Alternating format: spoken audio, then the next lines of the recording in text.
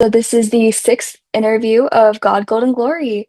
Today I have the privilege of being here with Helen Maroulis, who I have note cards because you have so No, yeah, yeah, all many good. accomplishments. Um, I'm gonna go back all the way to high school. Like as a freshman, you were already winning regional and state tournaments. In Rio 2026, you won Olympic gold. Then you Mhm, medaled twice after at the Olympics. mhm. So you were the first Olympic gold medal for the US, and then you were the first woman to win two and three gold or medals. Yeah. Um, you're number one US, like ranked in the US. You're a champion in over 12 countries, and you are the most decorated female Olympic wrestler. That was Oh. part one. You did your research. I did. Um, you won the World Cup Championship, Pan Am's, Austria, Russia, seven times at the US Open, four times a women's college champ, and three times senior world champion. Mhm. Yeah. Again, one of the most decorated, and well, it's such an honor to have you on here. Thanks so much for agreeing to do this. Yeah. Yeah, no, thanks for having me. I'm excited. All right, I'll start it off. Just how'd you get into wrestling? Mhm. Yeah, so I started wrestling when I was 7 years old. I have an older and younger brother, and they had just joined, and there weren't enough kids on the team. So the coach just told my mom to bring my younger brother back the next year, and she didn't want to do that. So she just told me to kick my shoes off and be my brother's dummy. So I did that for 2 weeks. And then after I went to my parents and I said, "This isn't fair. I'm doing all the hard work the boys are doing, but they get to compete, and I don't." So my dad made a bet with me that I could wrestle one match, and if I won that match, I could keep wrestling. So that was the only match I won all year. I was like 1-30 my first year, but I got to keep wrestling. It's so exciting. So, how old were your brothers at the time? So we're all 21 months apart. So my younger brother was, if I was seven, he was like 5.5-ish, or I don't know at the time. And then my older, 9 or turning 9. Yeah. Okay. And you just immediately fell in love with it? Yeah, instantly. And I was terrible at every other sport I did, like gymnastics, ballet, diving, um, dance, just everything. I just was really shy and I shut down and I hated being watched. And the instructors would ask my mom not to bring me back. But with wrestling, it was like I just instantly fell in love. Were there any other girls on the team, or was it just you? It was just me. It was just me. But the head wrestling coach, he had a daughter. She didn't wrestle, but she was always around on the mats, so we would Mhm. play. Gotcha.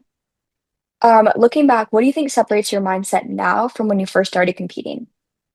Ooh, so, you mean like when I was that young, or you mean like However you want which? to take it, both, Yeah. or Well, I mean, when you're a kid and you're competing, I think you're just going out there and having fun. You know, the concept of winning and losing, and maybe you don't have emotional regulation, so maybe you would just cry more if you lost or something. I don't remember crying. But obviously now it's a lot different. I've grown a lot. I think learning how to lose and learning how to win are both skills in and of themselves. So that has been a journey for me to grow into and mature into. So it's definitely different than when I first started. gotcha. Because did you compete in the other sports as well? I played like in a competitive soccer league for a couple years, but no, that was like the only other competition I did. And once I found wrestling, it was really just that. And you like stayed with it all the way through. You never took any breaks or anything? No, after my first year, my parents told me that I had to quit because it wasn't an Olympic sport yet for women. And so they didn't want me to get attached to a sport that had no future in it. And then actually, that summer is when the IOC announced that women's wrestling would be added. So they came back to me and they said, if you want, you can start again. But, you know, when you're a kid, it's just like the winter season. So I Mhm. didn't technically miss any time. And then I've taken time off. I took about a year off after Rio in 2016. And then when I had the head injuries, I took some time off in 2019. Like I had a brief retirement, but other than that, no. And I know what you're saying about the Olympics because jiu-jitsu is not an Olympic sport. I don't even know Mhm. if it ever will be, but Yeah. that's definitely Yeah. something I'm thinking Yeah. I've about heard too. talks about it. I've heard them talk about it. Yeah. I think it would just be a miracle if we could agree on a rule set. So, Yeah, and yeah, that's what's so crazy about jujitsu is like how many leagues and rule sets there are, which is also a beautiful aspect of it too, because you can like pick which one you want to do. But yeah. we'll see. Fingers crossed something hmm happens. hmm Who knows? Um, You never, anything's possible. exactly. If you had to describe your faith in one word, what would it be? Oh, my faith in one word. Um, my faith. Mm, the word that comes to mind is anchored. That's like the first word that comes to mind, but I didn't really have time to like sit or lean into that, but Mhm. I'll go with that. I think like when something's anchored, it can still move. Like if you have a buoy or if you have a boat that's anchored, it can still move. It's not that it's like so concrete or so solidified or like I never have doubts or, ups and downs. But I think the core like of the weight is anchored in Christ and that is my foundation. That I like that a lot. Thanks. And that's a really good answer. I feel like this is one of the hardest questions and really. Yeah. Thank you. Can you tell me a little bit about your faith background? Like, how were you raised, or how did you start believing? Yeah, so my dad's an immigrant from Greece, and the only thing that I knew about faith, God, church, anything, we was just I didn't know what my mom believed or what she grew up with, and then my dad, I knew that it was Greek Orthodox was the main religion. So all I knew about God was that we go to church on Sundays, we have to dress up, the tights and the dresses are really uncomfortable, and then we just sit and they speak in Greek for 2 hours, and then we go home. So it was just like stuffy for me and just confusing because I didn't know what was going on. And as a kid, that was kind of that. And then once really wrestling took off for my brothers and I, when you're younger in a kids league, most of the tournaments are on Sundays. So we kind of just slowly stopped going to church and really started going to tournaments. And then for me, wrestling really became my religion. It was the determining factor of my identity and my self worth. And the highs were really high and the lows were really low because obviously that can't sustain you. So it wasn't until 2011 when I went to work with a coach and they said, uh, you can work with me. You can come live here in my basement. All I require is that you go to church with my family and I on Sundays. And I said, sure, cool, I'll sleep through it. And then one of those Sundays, I heard a message about unconditional love. And that's when I realized that wrestling couldn't be my God or my religion. And I gave my life to Christ right then. So I, okay, nice. And was that 2011? You said you kind of were, Yeah. that's when Yeah. you got baptized and stuff? I think I don't, I got baptized like 3 times. I got once when I was a kid because that's the Greek Orthodox way. And Mhm. then another was I don't remember if it was like end of 2011. Um, and then another time was in 2012. This guy was saying at the time I was getting baptized, and the person doing the baptism, I just think he was trying to baptize as many people as possible. And I was like, oh, I've already been baptized. And he's like, but do you know what it means? I'm like, I think so. It's like a public declaration of your faith. And he's like, no, no, no, you haven't been taught. Like, get baptized again. So I got baptized like 3 times. But yeah, that was around like 2012. Nice. Yeah. And I'm Catholic, so I know because it's pretty similar to the Greek Orthodox. So, Mm-hmm. yeah. So you were technically you had the family or faith background, but you an athlete before you really leaned into it? Yeah, I was definitely an athlete. It was probably 10 years of being an athlete. And to be honest, the my upbringing wasn't very God-centered. I actually was atheist for a period of time in high school, and I just remember my mom like saying to me, "Don't ever let your dad know. He'd be devastated if you don't believe in God." And then when I years later, when I started to believe in God, I told my mom again. She said, "Well, just don't become a Jesus freak." And so I kind of it was very interesting to me because I just felt like there's a lot of stuff with church and religion and a way that it can be like a cultural and a familial practice, Hmm. but maybe not like a direct relationship with God. So that wasn't really modeled in my home. As far as the way that I have a relationship now, I think Christ reveals himself in a lot of ways, but I'm just saying for the most part, I wasn't taught or brought up with any like closeness to God or any personal relationship. Okay. So as you became like closer to God, how did that change your relationship with sports and athleticism? Oh yeah, I mean the closer I got to God, it changed everything really. I remember in 2012 I was going to church and I went to this pastor about a couple weeks before the Olympic trials and I said, "Hey, can you please pray for my teammates and I?" And I'd said I was like, like I'm not asking you to pray for us to win, but like could you just pray for us that we do well? And I just remember feeling like this judgment from him And in my head, I'm like, I'm not asking to win. Like I'm not, I don't have those unhealthy priorities or anything. But looking back now, I'm like, oh, he saw something that I didn't know or I didn't see, which was that like I wasn't really fully surrendered to God. Like I think I just didn't have an understanding and maybe thought of God as like a rabbit's foot or like not a genie in a bottle kind of a deal, but just, I remember writing a note before the day before the Olympic trials, and I just wrote, God, I will, like, if you allow me to win these trials, I will be such a good ambassador for you. Like, I'm not going to drink, I won't smoke, I won't do this, I won't curse. And then the next day I lost and I was so devastated and I was so angry at God.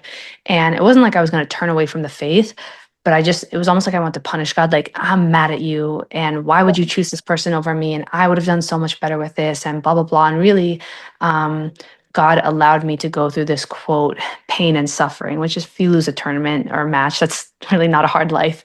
But basically, of like, this heart idol has to die and it has to die in you before I can give you this. So you had a revelation of what I've called you to and what your purpose and your destiny can be, but it's not in alignment with where I want your heart. And I was just like really depressed all summer. And I remember finally when I was coming back around, I just said, okay, God, I will come back to wrestling. Um, I'm going to give this 4 more years. I'll do one more try. All I ask is that I just don't want any regret. Like if there's something that I missed, if I didn't do it the right way in any way, I give you full permission to change whatever you want in me. All I ask is like, I just don't want to have regret. I don't see the point Mhm. in falling in love with the sport just to be bitter for the rest of your life if you don't win something. So just give me peace. And that was when it really felt like he transformed my wrestling, he transformed my life. It felt like my life went from black and white to in color. It's really when like God started being more of the center and it wasn't wrestling anymore. And so I would say after 2012, between 2012 and 2016 is when things really transformed for me. It's really cool. Thanks. That's awesome. Thank you. How does your religion show up in your day-to-day training? Mm. Well, it says in the Bible to do all things for the glory of God. And so I think that the more that we can bring him into everything, I think we experience him through everything. So, to me, I love like, I know that I'm called to wrestling. I know it's where my quote ministry is. And that doesn't mean like directly evangelizing in a particular way, but it just means like everything I do can be a reflection of Christ and of God's love and holding myself to a certain standard. So I don't know. I feel just super in alignment when I'm training and pursuing this dream and asking the most of myself. I also just have seen the power of prayer and reading the Bible, which has been so life changing because one, it's just God's blueprint, it's God's revelation of who He is, it's His revelation of who we are and who we are in Him. So I study His Word a lot. I love to read, I love to be in the Word. There's so many times where I've just prayed about a specific situation in training and he'll reveal the answer to me through his word. So it's also just feels like this adventure that I get to go on with God on every day, and so it makes training really really fun. Like that. I just did an interview with someone who had like a similar idea where he Mhm. saw jitsu, which is as Mhm. worship, and he's like, so I'm gonna Mhm. do it the best I can and offering it to God one Yeah, day. yeah, exactly. And what is it? The Apostle Paul, he tells us to treat our bodies as a living sacrifice. So it's like, especially sports like jujitsu and wrestling, what I find very beautiful and interesting is that you have this weighing component and you basically have to fast. There's like ways that you deny your flesh for your sport, and you don't have to just make it about your sport. You can really make it about denying your flesh for God, and he'll move through that. So that's really cool that he said that too. What you said about the fasting too, or the Yeah. yeah, because I feel like it's also we have very negative opinions on cutting in the sense that like it's not fun to do. Like no one goes out like, yeah, I can't wait to cut however many pounds to get into this low weight rocket. But I like the no, we almost have the privilege to cut and do this thing. Yeah. Yeah. Yeah. Because it talks about like we are supposed to deny the flesh, and food is really the big way. There's a lot of ways, but when you're having to cut weight, you just Denying physical yeah. hunger. Yeah. And I find that when you pray, because right, fasting is is denying the flesh and prayer. So if you're just cutting weight and then you're not praying through that, then it's technically just dieting. But if you're cutting weight and you're praying through it, then I do believe it's a form of fasting. I like it. I like that a lot. Yeah, thanks. Are there routines, prayers, or rituals you use before competing? Mm. Um, mm, I didn't want to be someone that had like rituals or routines just because I've seen when people are in a situation where they get thrown off or they can't do it, then it can affect their performance. Um, I really Rely go, on them. yeah, like I like to really go off the feel, and just kind of check in with God and see what He's asking of me in that moment because it's not, for me personally, I just didn't want to get into something that's like so rigid. But there's certain things that I find come up a lot. Like I really recite scripture over myself when I'm competing and before I'm competing. And it's not like it's it's not like, oh, I hope God comes through. It's more of like I know the authority that I have in Christ and I know that the mind is a battlefield. And so I'm tackling this battlefield the same way that I would go after things and attack in wrestling. Like I'm going to be on the offensive. And so I recite scriptures over myself. I declare things. And, I pray through things a lot. Like I love to pray and to talk to God. And not as a distractor, but I feel like it always helps me like kind of calm my mind where it's like this is a tournament. It's not the biggest thing in the world. At the end of the end of the day, Yeah. it's God, but kind of help Yeah. through it. Yeah, and that's really beautiful of just keeping things in perspective, right? It's like Mhm. God doesn't need me to win a tournament again ever again. He never needed me to begin with. Yeah. There's way worse problems in the world. I think just think about this all the time where well, a lot of times before a tournament, I feel like I'll get things on my algorithm of what's going on in different parts of the world and the injustices and the people that are suffering, women that are suffering in regimes that are so horrible towards women. And it's just like, this is just such a blessing that I'm here. Like, win or lose, I was born in a place where I get to do this. Like, I don't take that for granted. Yeah. When preparing for a competition, what role does faith play in your mindset? Oh, everything. When preparing for a competition, faith is just everything. I've always said my faith and sport are very, very intertwined. I love this. It's just like wrestling is a tool that God uses to shape my character. And, you know, I don't at this point kind of know what it would be like to do it without him. So like I'm praying into things and it's such a beautiful what I love about competition is that I think it reflects how should I say this? I think that life can get so monotonous and comfortable at times. And that's where it's maybe easy to just forget how much we need God. Where I think competition and coming towards the end of yourself or having to confront if you have what it takes, if you're enough, if you're all these things, just I don't know. I think it puts a lot of things into perspective. I think there's a reason why Jacob wrestled with the angel of the Lord. And I think that we do wrestle with God a lot and we wrestle with like doubts and fears and all these things. And so I feel like when I'm competing, it's basically an opportunity for me to experience that with God and to work through that. Yeah. So, In such a tough sport, how do your beliefs help with pressure, nerves, setbacks? Obviously, you've mhm. competed at the Olympic levels multiple times. Like, how does faith help with that? Yeah, I think the most beautiful thing is just how gracious God is towards his children. Like I'll think back to my 2016 or 2015 self and it's like God knew the end from the beginning. He knew that um he knew that I was going to win and he called me to it and he equipped me for it. But he also knew like all the sins and failures that and the missing of the mark, right? That was going to come before and during and after, and yet he still allowed me to go on that path. And um, sorry, what was the question again? There's something I wanted to touch on, but I just lost the question. No, you're all good. How do your beliefs help with like pressure and nerves? Yeah, yeah, and so for me, even though when I lost in 2012 and I really gave sport back to God and he redeemed it for me. I still look back now and it's like like there's yeah, it still mattered a lot and I think that came through just things that, I've heard it said like he's not going to work on everything with you at once. Like, you're going to work on certain things at a time. And so we keep growing and evolving through the work of the Holy Spirit and through transformation from Jesus.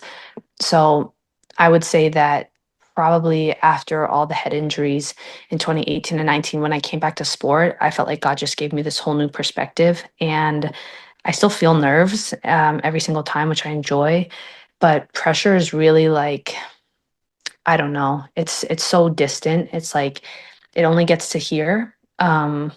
Just because I don't know. I feel like God's just revealed the more that God's revealed himself to me, the more I feel like it's just helped me to deal with pressure because I'm like, none of this matters in the end. Like it's like I equate it to like playing Monopoly. Like when I play Monopoly, because I'm competitive and because I enjoy immersing myself in the game, the money's very real to me. But also I have the consciousness to know this is just a game. Yeah. And I feel like in this life, it's the same thing. Like all these things are very important and they're very real, but there's a consciousness to know like, but God's literally told us this is not the end game. Like it's eternal life. And the more that I can be eternal life conscious, then the more this can not have like so much impact or pressure or detriment. Because I just feel like, okay, it's like God's allowing me to work through things and it's, I don't want to say it's just a game, but yeah, I think just being like eternal life conscious has changed things a lot for me. Your identity is no longer found in wrestling.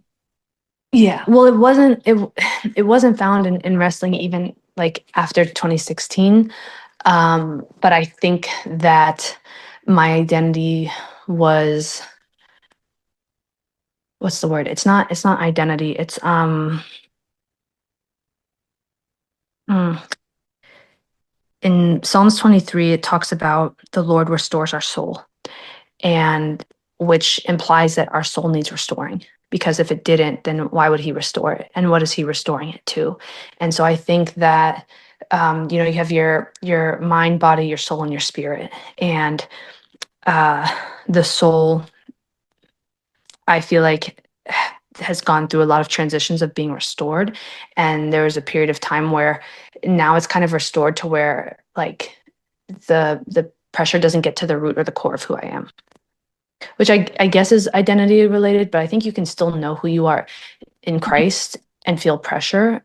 I just I think because I had experience with retirement and with career ending injuries and with like being in a mental hospital and wondering if I was ever going to be normal again, it's like to me, just to compete is the gift. So there's no pressure in that because it's like, I'm just so grateful to be alive and to be here. But before I had that experience of that like deep trial, I didn't have that revelation.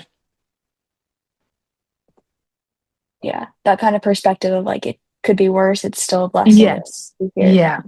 Yeah. For sure. I think I have like I did Worlds this year and like Mm. I signed up like 2 weeks before, and so it's like Oh, the, I really just jumped into it. Like, okay, we'll see what happens. It didn't go that great, but it's fine. And just now, every time after, I'm like, I've been to Worlds. Like, this is not at that caliber. Like, there's no pressure, and yeah.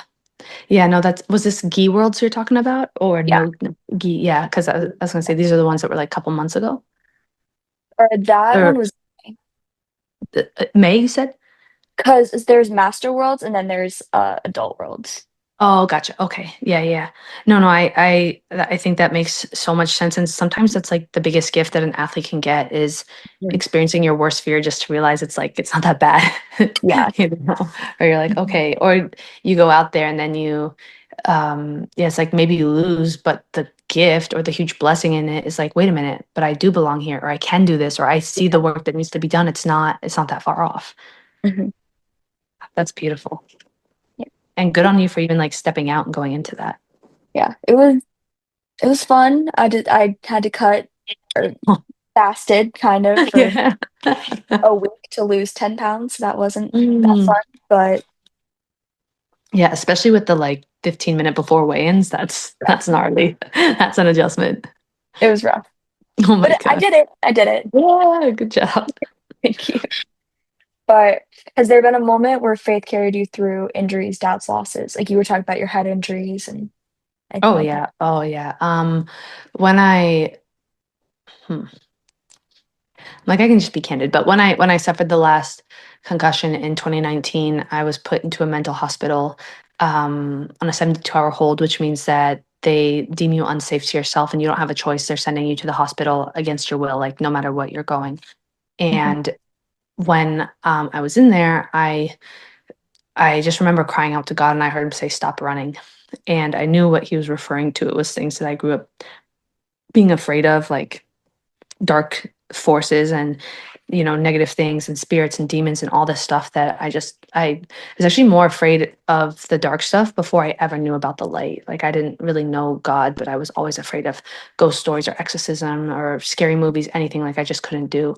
And I felt like during this period of time when I was on the healing journey from the concussions, um I just remember waking up and my only goal was just to make it to the next day alive, like to just be alive to the next day, to be alive to the next day. I was having derealization, depersonalization. I was hearing voices to put a knife through my brain. Like it was all this crazy stuff. And the one verse that just kept coming to me was um, for perhaps you were born for such a time as this. And it was like, it's been a gift to be this athlete and to travel the world and to go win things and like, do all that. But if this is just all your life is right now and you have enough breath to worship God, is that enough? There's like kids in hospital beds that never got to experience anything that you get to experience. And, um, can you still worship God through this really like low period? And it was like, yeah, God was more than enough. Like it was so transformational. So sometimes people are like, oh, you must experience God so much when you won the Olympics. It's like, man, I've had some like amazing, just incredible experiences with God through my lowest points that no one cares about that are just so mundane or nothing or just waking up and hoping to live to the next day. But I was like, God was the only person that I could lean on. So that's what I did. And that's where he met me. Kind of reminds me of Job when Yeah. everything was taken away and it's just that low point. Yeah, yeah. Oh, that's such a good connection. Yeah, for sure. On another note, when you win, how do you connect faith to that victory? Oh, that's a good question. When I went, it's actually something that God taught me, uh, actually this year after I won. This was the, I don't know, yeah, the highs just aren't that high anymore, and the lows just aren't really low. So I'm honestly really it's the nicest feeling to just have everything be enough with God all the time. And then things are just extra blessings or extra lessons. Like, and even after this year, after I won the 2025 Worlds, just the one thing that really came to mind was this almost like this revelation of, oh my gosh, God, how many times have I touched your glory before? Because I lean on you so much through this process and I haven't spoken about it and I haven't really witnessed to it. And I know I'm being prepared for it. And I also believe like sometimes you get revealed what you're supposed to do before you get called to do it right then. So I just want to make sure that um, I'm just trying to discern when that time is. But it was really just, I was like, this is all you. Like this is your glory. I don't want to touch this. This one was super cool. I'm just grateful that you allowed me to do it. Um, but that was it. It wasn't anything, I don't know. Yeah. It's still special, but it doesn't mean to me what it means to a lot of other people. And that's not like, oh, because winning gets old or you've done it before. It's more just like, no, I really have perspective that it's like when the Apostle Paul says, I know what it's like to have, and I know what it's like to have not, you know? So that's just kind of like Christ still remains. So that's kind of it. But I also don't mean to make that like all of this so like idealistic, like it's just about blah blah blah. I still see my human flesh come into a lot of things. Like one of my goals after winning was like, God, I just don't want to get disconnected. I don't want to check out. I think I know that I'm ready to win when I put so much into it and being so disciplined that I'm like, I just can't wait for a break after. And sometimes that break has come with like, well, I'll stay up scrolling or I'll post about myself a lot. And then I start reading comments or then I'll eat whatever I want. And it's like all these me, self things. And that's an area where I know that I've had a struggle with that no one's going to call me for it because everyone's like, yeah, it's athlete life. You're supposed to be selfish. But I know that God's checked me before with like, that's actually not kingdom living. And so after this year's Wolves, I just remember being like, the greatest gift is how I get to feel when I'm so connected with you. And just because I'm not competing in a tournament and I'm on a break and I'm in Greece and I'm just visiting family, like I still want that same connection. So I'm still going to do the same things to, it really felt like it really felt like nothing really changed after the win, to be honest, which was like the best feeling. So that's probably the first year that I've really felt that consistently. Mhm. And yeah, I want to hold on to that.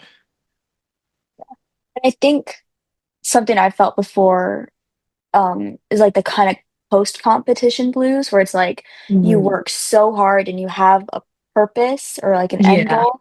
And then once it's over, like I won gold, but then the next week I was like, I worked Yeah. so hard and now even though I won it, my purpose is gone and Yeah. the Yeah. high lows.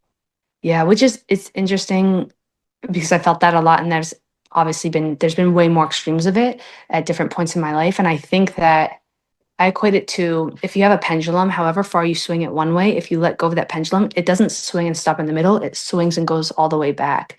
And so it Mhm. takes a little bit longer to get to the middle versus if you don't bring it up that much, when you let it go, it won't go the other way that much. But different, different things require different aspects of yourself. So if it's like a really, really big tournament and you have to ask a lot for yourself, Mhm. then it's one of those things. I think sometimes those blues are just a natural part of it. And then I think it's beautiful to know that God's with us in the hills and valleys. So there's sometimes where I'm like, I shouldn't be feeling down because I know you and like and why and I know that this tournament isn't everything, but like why am I feeling like this? And then it's like, oh, this is just a dump, like an adrenaline dump, an emotional dump. It's your body being tired and needing rest, and it's gonna be a little wonky, but like God's with you through it all. So it's good. Yeah. Um, did you ever read the play Our Town? Mm-mm. So my teacher references it all the time because a big part of the play is everyday life. Mm. And it's like that's the one of the main acts and just talking about how like everyday life, it's like it's not all high, it's not all low. Like most of your life is gonna be the in between. So like finding Mhm. peace and realizing how special that is really cool. Yes. Yeah. Oh, that's beautiful. Yeah, no, I agree with that. This thought has been in my mind for a while of like, I don't know that athletes make the best role models, you know? And like we celebrate qualities in people that just, I don't know. It's like the mundane's not going to get celebrated, right? Like spending time with your family. When you're on your deathbed, you're not going to wish that you won more things. You're just going to wish that you had more memories with your loved ones. Yeah. And, it's like when in Corinthians, when it just talks about like, of these three things, like love remains, or love is the greatest. Yeah. Yeah. And especially when you have God where it's like with you through all of it, even on the boring days. Mm-hmm. Yeah. To change it up, how about in losses? How do your beliefs change the way you process losing? Oof. Yeah. I used to be so hard on myself when I lost. And then I think I also just, I didn't realize that I had an element of control and this, um, it was almost like, well, I have to control and I have to be hard on myself so that I control that this doesn't happen again and this mistake doesn't happen. I don't make this same mistake again or I don't slip up. And I just realized that's just not sustaining and it's not enjoyable. And I don't think that's how God calls us. Like, Jesus said, neither do I condemn you. So if Jesus isn't condemning me, why would I condemn myself? And, but I also, it's just like I had to learn to lose and it's just been really freeing that I don't like I really just don't get super impacted by a loss. I would say that probably the biggest lesson that I experienced with this was when I came back to Tokyo for the Tokyo Olympics. And um I felt like God had given me a promise in Joshua 8, the day after the Olympics in Rio, and I thought that I was going to win 2 gold medals. And so when I went to Tokyo, it was just a miracle that I was healed and healthy enough to even compete. So I was just so grateful for that. And then I just was on and I was beating everyone, and it was just this amazing tournament. And I wrestled the returning Olympic champion, and I barely lose. It was 2-1. Neither of us scored a point. The ref just handed out 3 points. We're in Japan. They give it to her. She's Japanese. And that was it. So I lose, and I'm like, oh, shoot, did I like read that promise wrong? Did I read into that incorrectly? Like, okay. And I had to go cut weight that night, and I went to the sauna, and I just remember it was almost like I was in shock. So I was like, I wasn't feeling any emotions about the loss. I was just like, man, did I miss this? And I just remember God spoke to me right then, and he said, you have a choice to make right now. And he said, you can choose to let this go and be at peace with it, and you will never have to experience like any negative emotion about it ever again. Or you can hold on to this and you can carry it with you for the rest of your life. Mhm. And immediately I just knew, it was like, why would I have fought so hard to come back and fought so hard to get healthy again just to come back, just to lose and be bitter about it for the rest of my life? Like, that makes no sense. And so I said, okay, God, I give it to you. I'm not bitter about it. I'm not going to ask questions. Like, that's it. And immediately I had his peace beyond all understanding. And I was so happy. And I was just so grateful. Like, I was never sad about the loss. Even before this conversation with him, it's like I still wasn't sad because I was still just so grateful. But it was almost like I knew if time passed and people are in your ear, or you see things, or you see other people at Yeah. one, it could start to creep in like, man, why wasn't that me? Or why couldn't that been? And I just felt like God was like, make a declaration over yourself now and never question it again. And so I did that, and it was like, this is so much more enjoyable. And yeah, it's kind of, I think it's weird. I think sometimes society wants to like, hey, does she almost have a say in, like, I just remember some comments after, people are like, you don't even seem like you're sad that you lost. And it's like, who are you to, you know, to say how I should be after winning or losing? And like, I went and worked with refugees after. I'm like, these people lost everything, and I'm supposed to be sad for losing a tournament. I'm not going to waste my time doing that. So, um, in Paris, I really thought I was going to win again, and I lost in the semis. And after that, I went and I bawled my eyes out when I was cutting weight. But even that was like, it was like, I'm sad because so many people poured into me, and I felt like I was given all the tools to win, and I had a mental like relapse, and like poor judgment, and almost like an insecurity glitch. So I was just more sad that I did that to myself. Mhm. But even that, I'm like, I wrestled the Ukrainian girl who's my friend, who now goes back to a war-torn country, and because I lost, I don't pull her back in. So that's it. She goes home without a medal.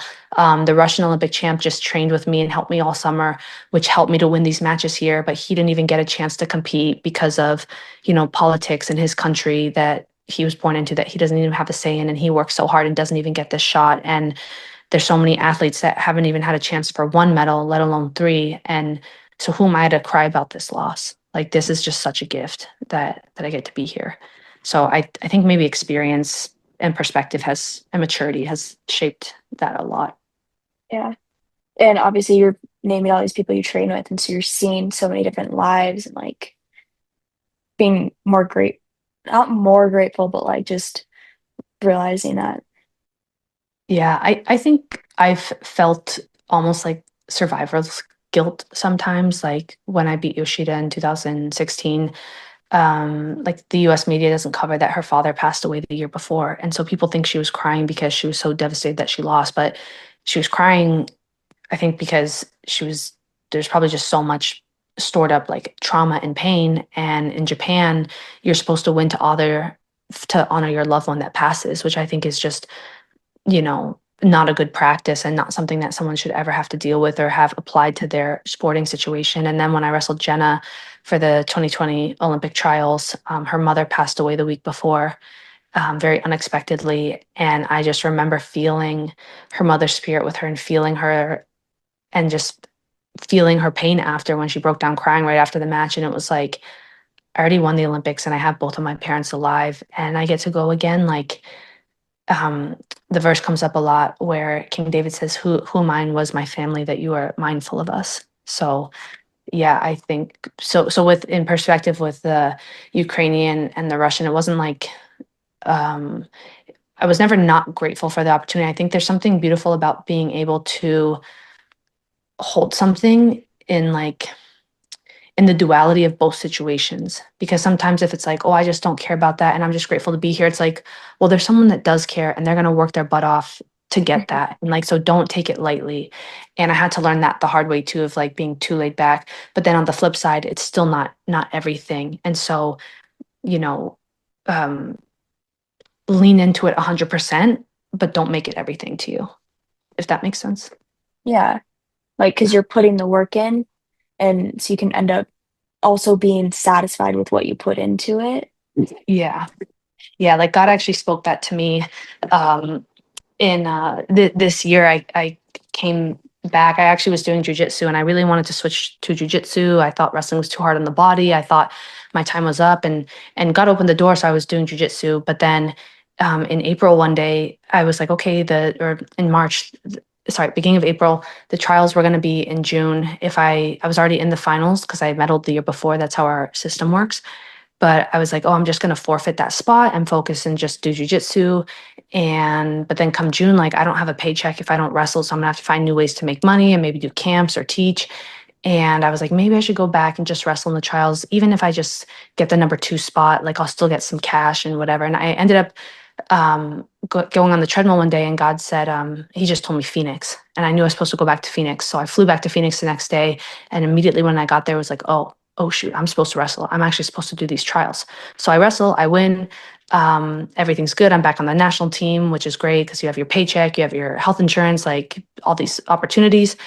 And I competed in July for like a prep tournament before the Worlds, and I couldn't sleep with the jet lag. And so I woke up and I was like, instead of complaining about not being able to sleep, I'm just going to worship and pray and give this to God. So I'm just deep in prayer. And he said, why have you been telling everyone you came back to wrestling? And I said, oh, I've been joking that it's for the health insurance and the paycheck. And he said, I didn't give you your gifts for that. And he said, um, just because you've made all these teams doesn't mean that you're going to make a bunch more. Like tomorrow's not promised. And if I gave you this gift, I want you to pursue it to the best of your ability. And I didn't realize that I had been um, almost like a King David that's so comfortable in his palace that he misses going to war. And then that's what allows him to be on the roof and see Bathsheba. And so that it was kind of like this big reality check of like, yeah, why, like, don't get comfortable with things. Don't think that this is just something that's, oh, you're so good that you're always going to be able to, like, don't take any of it for granted. So that was a really big wake up call. I don't know how that related. I don't think it related, but anyways, No, whoops. that's good. Like it it's a good in between of like being too laid back, but Mhm. also not being obsessed with it. Yeah.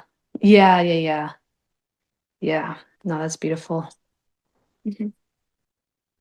Is there a story or moment we haven't really touched on that best shows how religion and athletics intersect for you? Hmm. Hmm. I can't, no, nothing I can think of.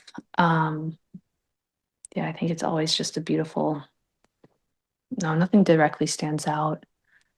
Um, no, I think it's just cool that God will use all things for good. Mhm. Um, and so sometimes you think it's just like a stupid sport or it doesn't solve problems, but it's like I've been able to meet people from all over the world and been able to work with like people groups or disadvantaged groups, and I've seen how wrestling's changed so many lives and brought a lot of people to faith just through that. So it's just amazing that God will use something as like minute as a sport. So I would just say that has probably been really beautiful. And like the platform, like you said, like he said he gave you these gifts, and so it's like you're able to use this. And I was reading your post the other day where it's like when you gave your life to Christ and all that kind of Mhm. stuff, and just giving you the opportunity to share your faith with that. Yeah, yeah, that's been. Yeah, that's been such a gift because I've always joked that I don't have the gift of evangelism. Oh, sorry. Um, but it's just, people people care a lot about sports, and so if you point them towards Christ, some people that's like I had a teammate once that just after I won, it was a young girl, and she was like, "What did you do? What'd you do to win?" I'm like, she's like, "I want to work with your coach. I want to live where you live. I want to do all these things." And I was like, "Dude, I like it's God." She's like, "Okay, I want to go to church." And and so she went to church and then ended up giving her life to Christ. And then obviously since then she's learned that none of that stuff really matters, but it's something that her passion for the sport really led her to Christ, and to see how God will use that and how he redeems things. Like sport is very redeemable. There's some things that aren't redeemable, like a strip club, like I don't think God's gonna deliver it and then be like, go back to stripping.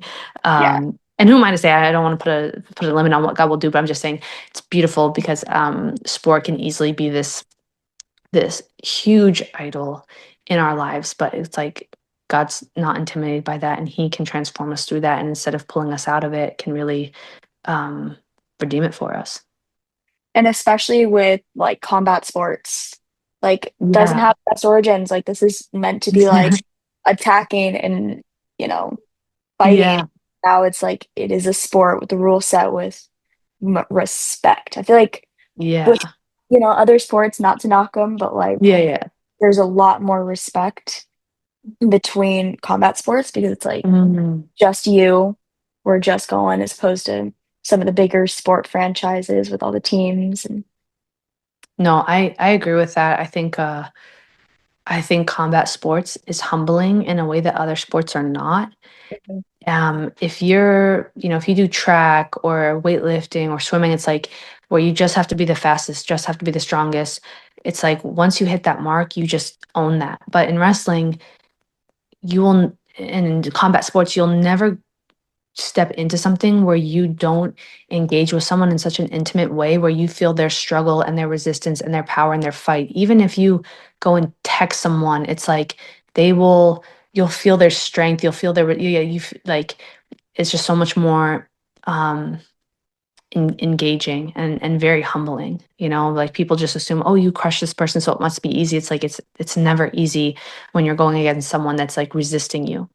And I yeah. think that in certain sports where you don't have that type of resistance, I think it's maybe not as humbling, right? Like you just did everything right. You're the strongest, you're the fastest, that's cool. But in a combat sport, it's different. And I think it really um, creates a type of mutual respect Mhm. that, with you and with your opponent, and yeah, this respect, which I think is like really reflected a lot in like Jacob wrestling the angel of the Lord. Yeah. And I also think it's interesting because like with those sports, there's like one way to win, get the fastest time. Yes, But with like yes, combat sports, it's like or wrestling, it's like you can pin someone, but there's also the point system and there's if you can do yeah. this or if you pick this position, get it. Like there's Yep. just so many different factors that it's like way more Exactly. going on. Exactly. Exactly. Well, No, that is all the questions I have. Thank you so much for doing this. yeah. No, this is amazing. I love it. I love that you're stepping out and very bold in the faith. And I can tell you have a very strong gift of discernment and encouragement. And yeah, I'm just really excited to see where this goes for you, and in your own sporting career as well. Thank you. This was the sixth episode of God, Gold, and Glory.